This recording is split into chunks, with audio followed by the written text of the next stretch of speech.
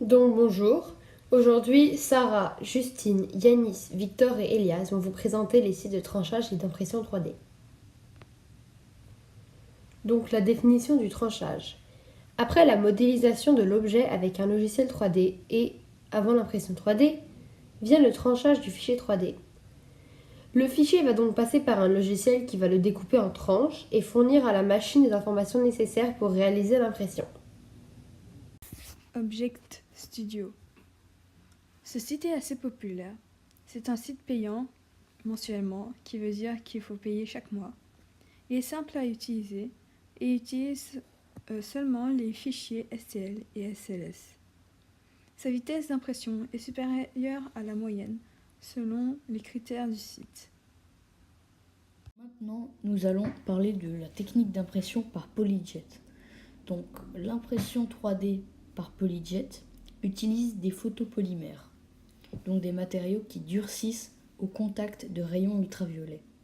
Il y a plusieurs avantages à l'utilisation de cette technique, comme par exemple une excellente résolution qui est de 0,016 mm, une surface lisse, sans effet d'escalier, un large choix de matières et de couleurs, il y a 120 matières, le coût est peu élevé, le temps d'impression est faible, il n'y a aucune étape de finition, donc cuisson, lissage ou polissage, et la technique d'impression 3D par PolyJet permet de combiner plusieurs matériaux en même temps.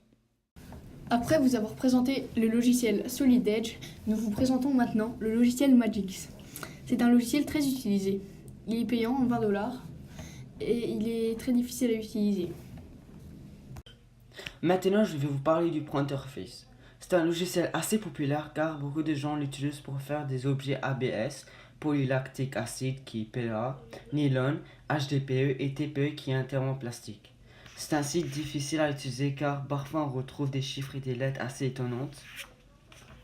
Les différentes méthodes qu'on pourrait utiliser pour faire fonctionner notre machine sont bois métallique ou gisement métallique, argent qui permet d'utiliser pour réparer le circuit électrique et aussi un fil électrique. C'est un site gratuit. Donc là, on va parler du logiciel Cura. C'est un logiciel très simple à utiliser, il est gratuit et très populaire. Et sachant qu'on l'a utilisé en classe et qu'on n'a pas un très bon niveau, ça prouve à quel point il est populaire et simple.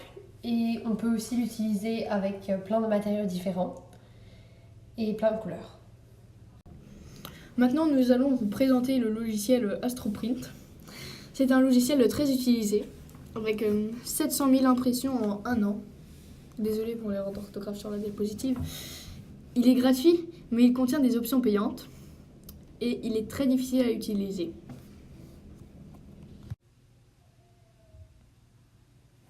Donc maintenant, on va parler de la définition de l'impression 3D. L'impression 3D, c'est la création d'objets en 3 dimensions réalisée à l'aide d'une imprimante 3D, d'un fichier numérique et de certains matériaux. En gros, grâce aux informations qu'on donne à l'imprimante, intermédiairement au site de tranchage, l'imprimante va imprimer n'importe quel matériau comme le métal, le plastique, la céramique ou la résine, la couleur et la forme qu'on veut. FDM. Le FDM est une technique de tranchage d'impression 3D. Cela fonctionne grâce à un stylo qui produit un filament de plastique chauffé. Ce filament de plastique est donc mou et facilement molléable. Le stylo trace ensuite l'objet en lui donnant du volume, de plus en plus de volume à chaque fois. C'est une technique très facile et qui est très utilisée et qui est pas chère vu qu'il faut seulement acheter l'imprimante et le plastique qui est pas cher. Maintenant, je vais parler de la technique d'impression qui s'appelle l'OM. Donc la technique d'impression par laminage de feuilles consiste à superposer plusieurs couches de matériaux composés de feuilles afin de fabriquer un objet. Chaque feuille est découpée avec un couteau ou un laser. La technique LOM comporte plusieurs avantages. Elle est très rapide pour imprimer.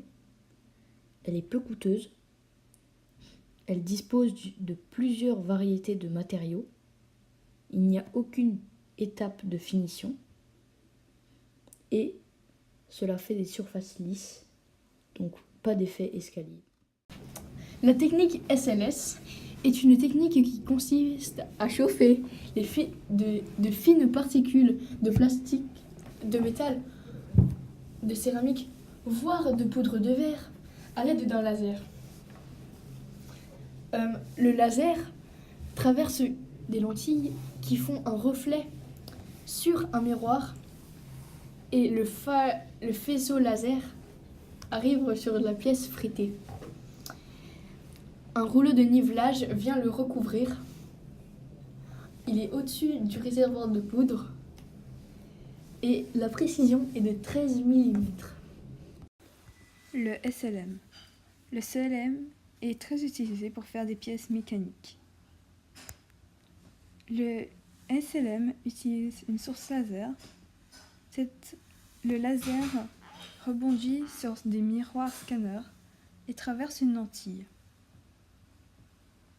Dedans, on peut voir la baie de fusion qui va faire modeler l'objet.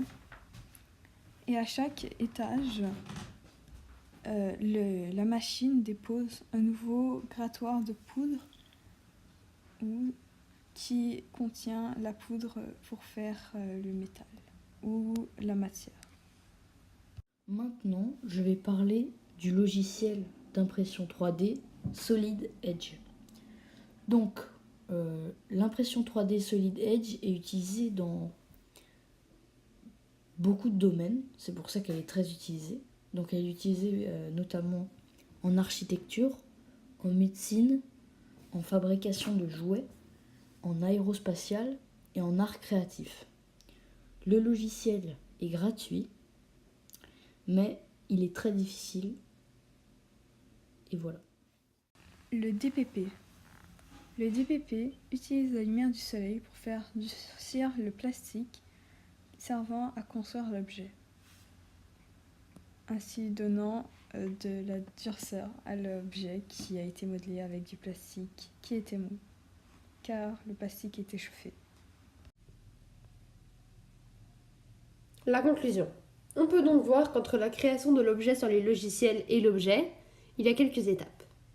Par exemple, la création de l'objet sur des sites internet tels que Tinkercad ou SketchUp, la conversion des fichiers, les logiciels de tranchage et l'impression 3D. Donc voici nos sources. Merci de nous avoir écoutés.